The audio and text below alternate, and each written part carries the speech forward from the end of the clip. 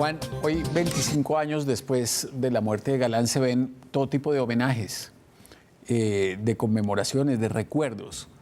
¿Cuáles te conmueven y cuáles no? La verdad me conmueven todas. Yo el 18 de agosto sentía el mismo dolor, Álvaro, la misma sensación de desolación que sentí hace 25 años porque realmente mataron la esperanza de Colombia.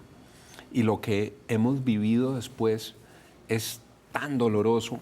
Cuando dicen, es que el pensamiento de Galán está vigente. Claro, está vigente, absolutamente vigente, pero por una razón dramática, porque es que se han cumplido sus profecías frente a lo que le iba a pasar a la sociedad colombiana si no reaccionaba cabalmente contra el narcotráfico. La vigencia del pensamiento de Galán no es porque se hayan conquistado sus propósitos, sino porque se confirmaron sus temores.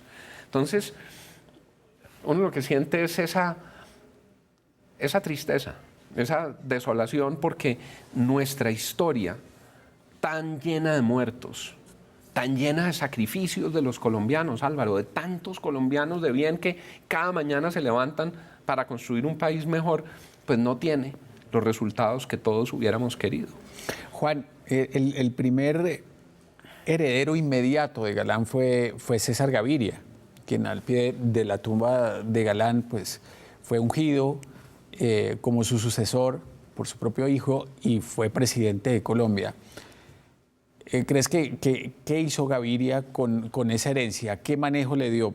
¿Fue el adecuado o no? Gaviria fue un hombre muy valiente en esa campaña, Álvaro. Es que Pablo Escobar voló un avión para matar a Gaviria, que recibía ese legado de lucha contra la extradición. A mí me tocó estar también ahí cerca. Miguel Silva escribió un texto muy bello que se llamaba Discursos antibalas. Cuando Gaviria llegaba a una concentración, no se veía César Gaviria.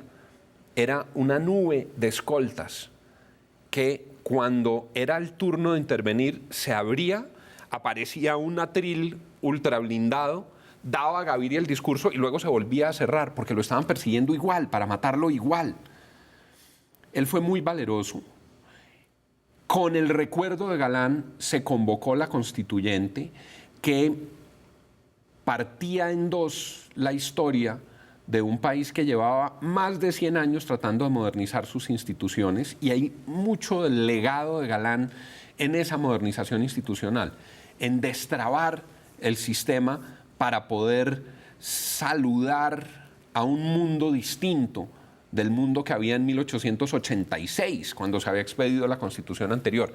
Pero ahí hay una paradoja, que es la que mencionábamos.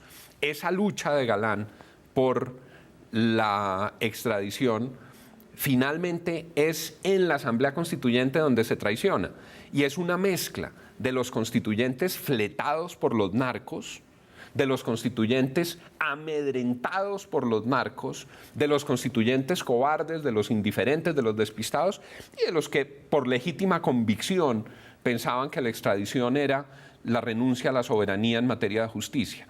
Ese cóctel produce una mayoría aplastante, y la extradición que había impulsado a Galán en su itinerario vital para que finalmente lo mataran en Soacha es el triunfo que logran sus asesinos en la Asamblea Constituyente. Entonces, ahí hay un sinsabor que se produce en el saldo constitucional.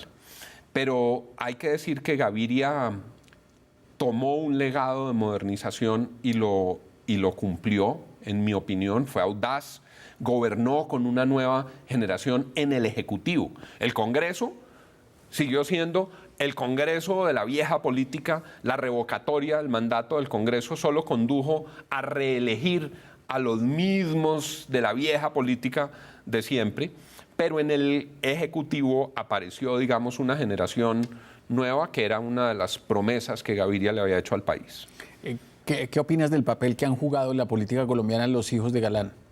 Pues del tránsito que han tenido en los partidos políticos, de sus propuestas, de su circunstancia actual. Yo creo que ellos son personas honorables y de bien.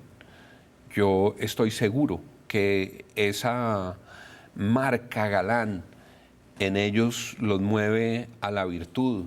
Yo nunca imaginaría que ellos toman una decisión que no corresponda a su conciencia. Puede que se cometan equivocaciones, como las cometemos todos los ciudadanos, pero me parece que es normal que los hijos de Luis Carlos Galán hayan sentido un llamado de servicio público, además porque los oficios se van transmitiendo en las familias.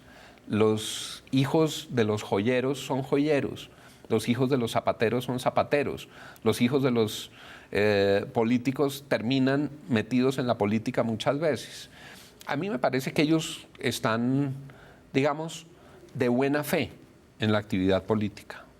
Otro gran galanista fue Germán Vargas Lleras, hoy vicepresidente de la República. Muchos lo dan como próximo presidente de Colombia. ¿Cómo ves el trabajo que ha hecho Germán Vargas y a dónde lo ha conducido ese tránsito en la política hasta la situación en la que está hoy? A Germán Vargas nadie le ha regalado nada en la vida política colombiana. Él se lo ha luchado. Por más de llevar, digamos, en la sangre a su abuelo, Carlos Lleras, que fue presidente, a Germán le ha tocado hacer paso a paso su carrera.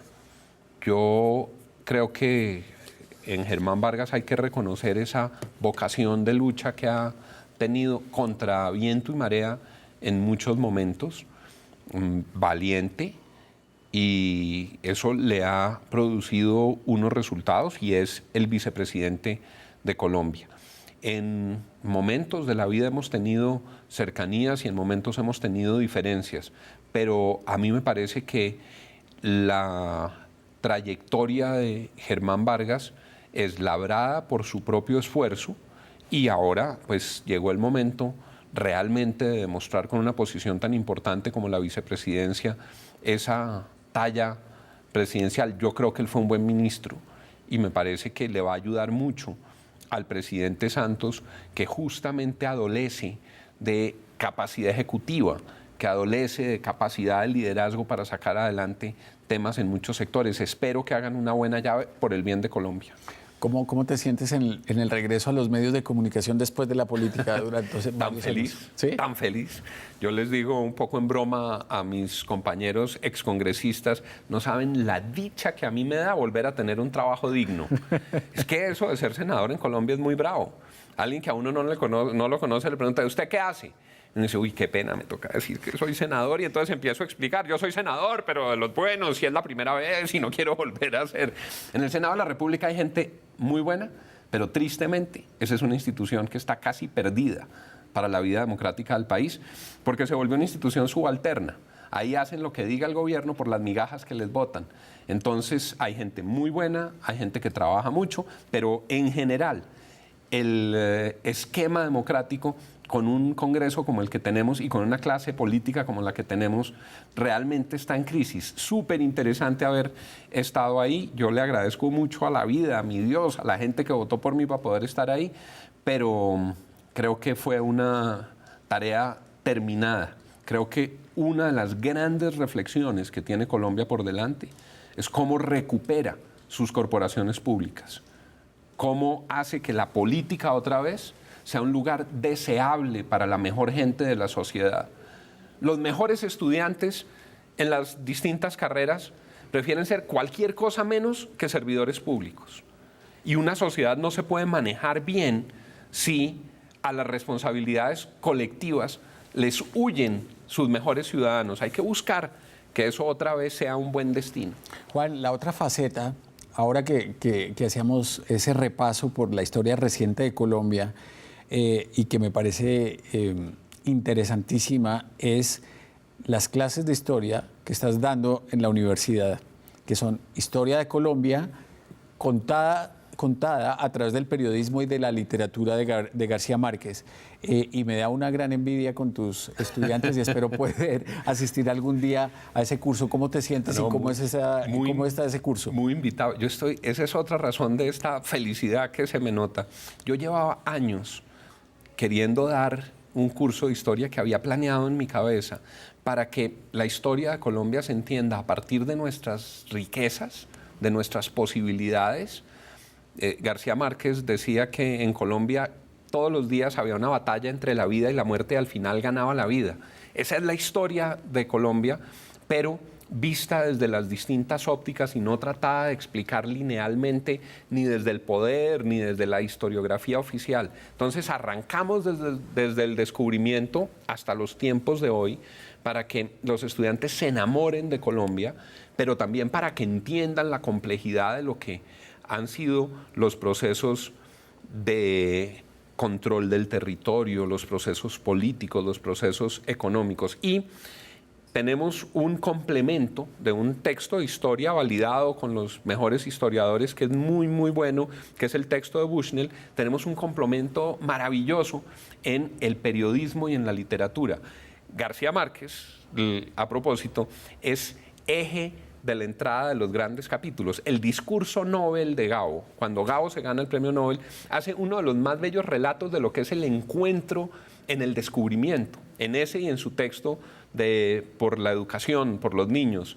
Gabo cuenta lo que ocurre cuando llegan esos señores mandados a ver si van a dar a la China con una carta para el emperador chino, llegan en sus carabelas a América y se encuentran este trópico florido, colorido, maravilloso, lleno de oro, con unos pájaros, con unos colores que nunca habían visto, y se encuentran con nuestros indígenas buenos, nobles, que al principio los reciben con sorpresa, pero que les brindan hospitalidad y luego se van detrás del sueño del dorado, y eso explica nuestro país. Luego, o si no, aquí me quedo en otra clase.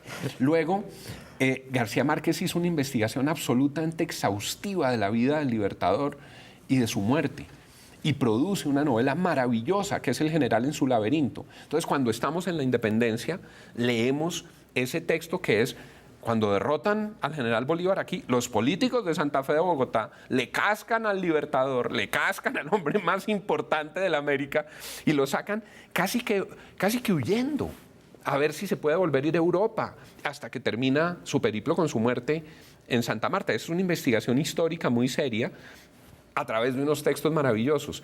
Y terminamos, hay unos textos muy buenos de Gabo, de la violencia en el Magdalena Medio, pero terminamos con esta historia de la que estábamos hablando ahora, de la narcoviolencia, de la presión de Escobar, de la batalla por el Estado, que explica nuestra historia de hoy. Año 2014, que es Noticia de un secuestro, que es el más formidable trabajo de reportería de García Márquez.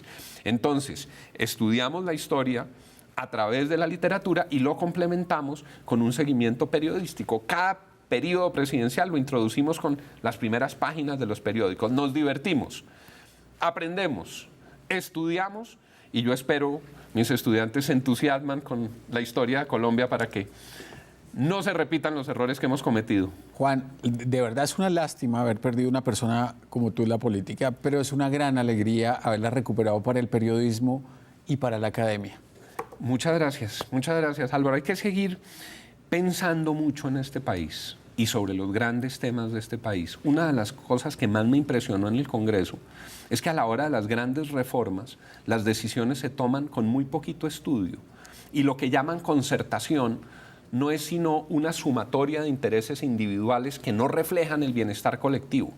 Cuando los que votan una ley tienen que estar pensando a ellos cómo les resulta bien, o cuando se vota una ley, tienen que ver cómo cada interés finalmente se arma en un rompecabezas, lo que se sacrifica es el bienestar colectivo.